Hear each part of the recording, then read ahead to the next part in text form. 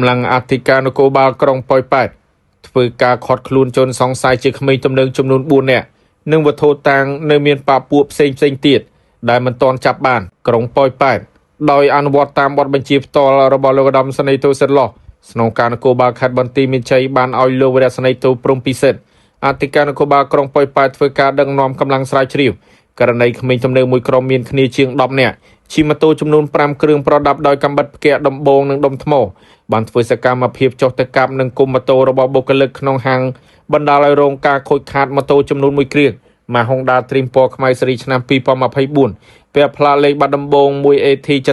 7457បានធ្វើសកម្មភាពនៅចំណុចហាងកាហ្វេយីហោធីតាលក់ម្ហូបកំងស្ថិតនៅក្នុងមណ្ឌល9ភូមិប្រជាធម្មកើតសង្កាត់អូរិស័យក្រុងប៉ោយប៉ែតខេត្តបន្ទាយមានជ័យប៉ុន្តែពុំបានបណ្ដាលឲ្យមានអ្នករងរបួសទេបន្ទាប់ពីធ្វើសកម្មភាពរួចក្រុមក្មេងទំនើងទាំងនោះក៏បានជិះម៉ូតូគេចខ្លួនបាននឹងបង្កអុកឡុកជាលើកទី2នៅវេលាម៉ោង 20:45 នាទីថ្ងៃនឹងខែឆ្នាំដដែលក្រុមក្មេងទំនើងខាងលើបានជិះម៉ូតូនាំគ្នាមកធ្វើសកម្មភាពដេញកាប់ទៅលើបុគ្គលិកហាងកាហ្វេខាងលើម្ដងទៀតបណ្ដាលឲ្យរងរបួសស្រាលម្នាក់ជាភ្ញៀវដែលចូលទៅទិញកាហ្វេបន្ទាប់ពីធ្វើសកម្មភាពហើយក្រុមក្មេងទំនើងនោះក៏បានជិះម៉ូតូគេចខ្លួនបានបន្ទាប់ពីបានទទួលបញ្ជាភ្លាមលោករស្នីយ៍ទូព្រំពិសិដ្ឋអធិការនគរបាលក្រុងប៉ោយប៉ែតបានដឹកនាំកម្លាំងជំនាញចុះធ្វើការស្រាវជ្រាវរហូតដល់ថ្ងៃទី19ខែឧសភាឆ្នាំ2025វេលាម៉ោង 13:00 នាទីបានធ្វើការខត់ខ្លួនក្មេងទំនើងបានចំនួន4នាក់និងដកហូតបានកាំបិតផ្គាក់ចំនួន2ដើមយកមកអធិការដ្ឋានដើម្បីសួរនាំត្រឹមរយៈពេល16ម៉ោងប៉ុណ្ណោះកម្លាំងជំនាញចាប់បានក្មេងទំនើងចំនួន4នាក់ក្មេងទំនើងចំនួន4នាក់មានឈ្មោះដូចខាងក្រោម1ក្មេងទំនើងឈ្មោះវ៉ាសុកជាត្រាហៅត្រាភេទប្រុស17ឆ្នាំជនជាតិខ្មែរស្នាក់នៅភូមិក្បាលស្ពាន2សង្កាត់អូជ្រៅក្រុងប៉ោយប៉ែតខេត្តបន្ទាយមានជ័យ2ក្មេងទំនើងឈ្មោះនៅសុភាភេទប្រុស16ឆ្នាំជនជាតិខ្មែរស្នាក់នៅភូមិបាលេឡៃ1សង្កាត់ប៉ោយប៉ែតក្រុងប៉ោយប៉ែតខេត្តបន្ទាយមានជ័យ3ក្មេងទំនើងឈ្មោះ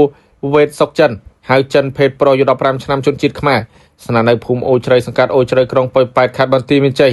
4ក្មេងទំនើងឈ្មោះនីរ៉ាឌីភេទប្រុស15ឆ្នាំជនជាតិខ្មែរស្នាក់នៅភូមិអូជ្រៅសង្កាត់អូជ្រៅក្រុងប៉ោយប៉ែតខេត្តបន្ទាយមានជ័យ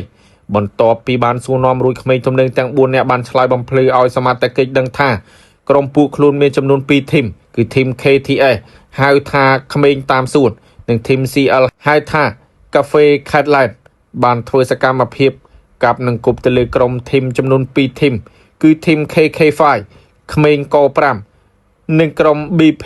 បាញ់ភ្លើងប៉ុន្តែកាប់មិនត្រូវមនុស្សឡើយតែបានកាប់ម៉ូតូបែកបាក់តាបឡូនិងកាត់តាប៊ូសូមបញ្ជាក់ថាក្មេងទំនើងទាំង4នាក់ខាងលើជាក្មេងទំនើងបង្កអាសន្ននៃសុខសង្គមនិងជាមុខសញ្ញាកាប់គប់យ៉ាងសកម្មនៅក្នុងភូមិសាស្ត្រក្រុងប៉ោយប៉ែតកម្លាំងជំនាញបានកសាងសំណុំរឿងបញ្ជូនតាមនីតិវិធីចំណែកបកពួកបានរត់គេចខ្លួនកម្លាំងជំនាញកំពុងធ្វើការស្រាវជ្រាវយ៉ាងយកចិត្តទុកដាក់ដើម្បីយកមកចាត់ការតាមផ្លូវច្បាប់ដោយកម្លាំងជំនាញបានកំណត់បានអត្តសញ្ញាណក្មេងទំនើងដែលកំពុងរត់គេចខ្លួនហើយ